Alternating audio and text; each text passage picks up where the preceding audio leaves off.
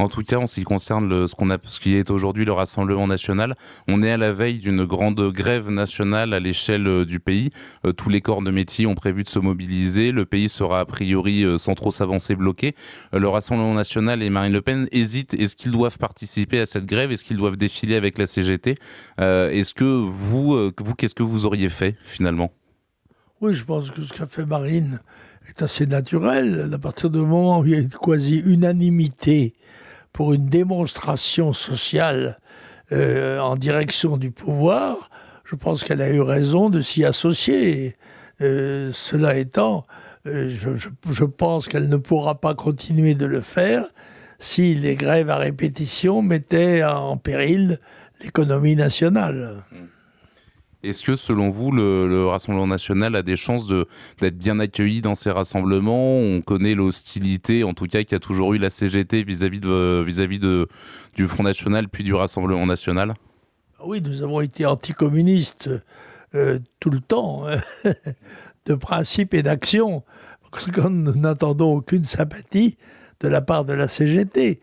Mais à partir du moment où il y a une réunion qui a forme d'unanimité nationale, eh bien, le Front national, enfin le Rassemblement national, en fait partie, ce qui n'étonnera personne, je pense. Boulevard Voltaire avait interrogé longuement Marine Le Pen il y a quelques mois. On lui avait donc au milieu des questions de politique générale et de gouvernement, on lui a posé la question: lira-t-elle vos mémoires? La réponse a été non. Je ne peux pas vous le qualifier parce que je ne l'ai pas lu. Et je vais vous dire mieux, je n'entends pas le lire. Voilà, je trouve que la vie politique réserve déjà assez de brutalité et de chagrin pour ne pas s'en infliger à soi-même. Donc je vais m'éviter le chagrin de lire ce livre. Voilà, et rester sur l'image que j'ai du combat de mon père, qui reste une belle image, alors que de ce que j'ai pu lire des quelques pages qui ont été publiées de son livre, elles ne sont pas représentatives de ce qu'il a été et de ce qu'il devrait rester. Je pense que c'est absolument indispensable à un responsable politique de son niveau de lire les mémoires de Jean-Marie Le Pen, en oubliant même qu'il s'agit de son père, parce que, en effet, son Rassemblement national n'existerait pas si Jean-Marie Le Pen n'avait pas fondé le Front national et ne l'avait pas conduit pendant 40 ans pour le remettre en jeu en 2011, je signale, sans dette. Lorsque vous étiez à la tête de ce mouvement, vous avez affronté successivement ce qui restait du gaullisme, le RPR, l'UMP. Vous aviez en face de vous quand même des grosses machines à droite. Aujourd'hui, vu l'état des républiques, de ce que sont les Républicains, vu la situation politique actuelle du pays, est-ce que selon vous, il y a un créneau pour le Rassemblement national pour les prochaines présidentielles? C'est certain. D'ailleurs, le fait qu'aux dernières élections européennes, le Front national soit arrivé largement, je dis bien largement, en tête devant la formation gouvernementale d'En Marche, puisque En Marche était allié pour cette élection à Bayrou et son Modem, et ainsi qu'à la formation Agir. Et ils sont arrivés derrière le front. Donc il faut bien dire la vérité, les événements qui sont un des éléments fondamentaux de l'histoire, tout de même.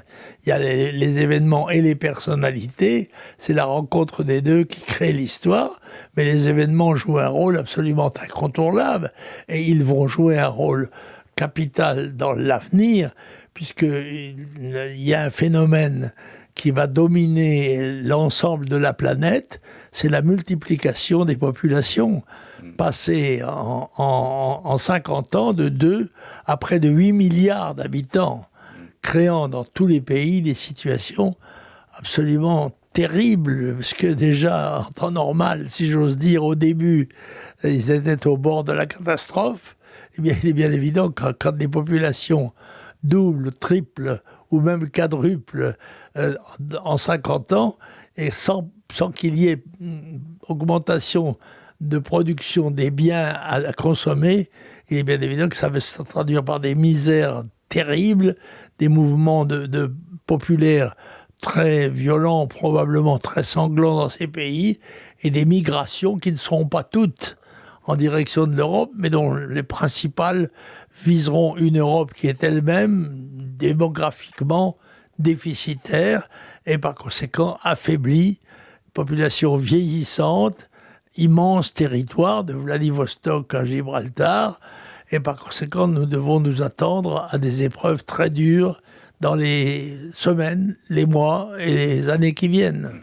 Justement, Jean-Marie Le Pen, l'immigration a toujours été le terreau de prédiction du Front National, ça a toujours été le sujet phare.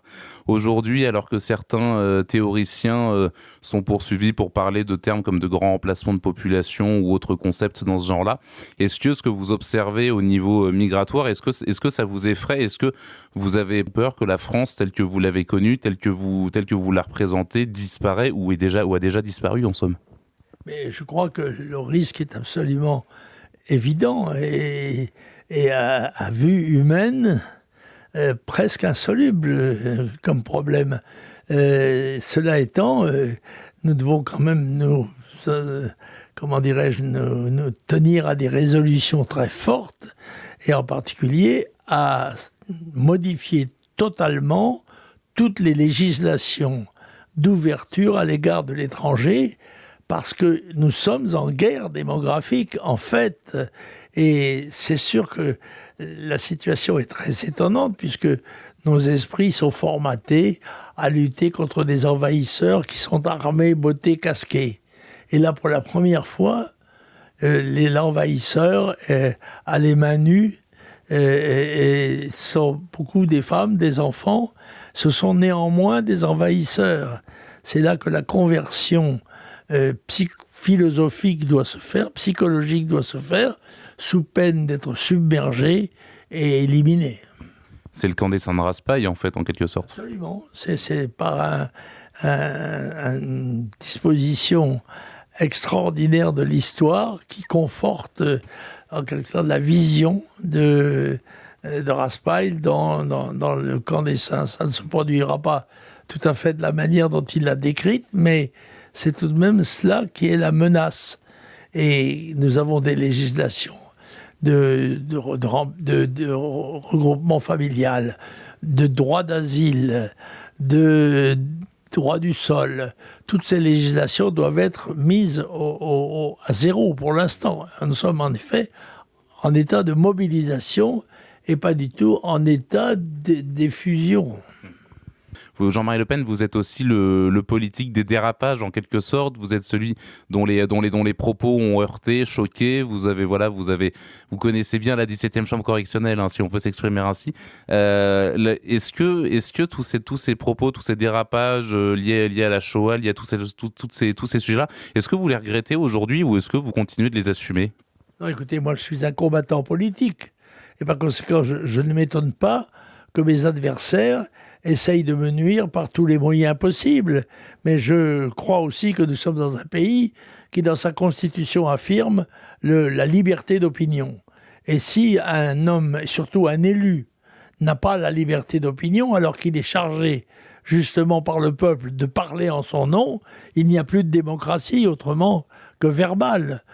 Par conséquent, je ne regrette rien, je n'accepte pas d'ailleurs le terme de dérapage, qui semblerait accepter l'idée qu'il y a une ligne qui est tracée par des inconnus d'ailleurs, mais qui aurait sur moi une supériorité morale et intellectuelle que je ne leur accorde pas.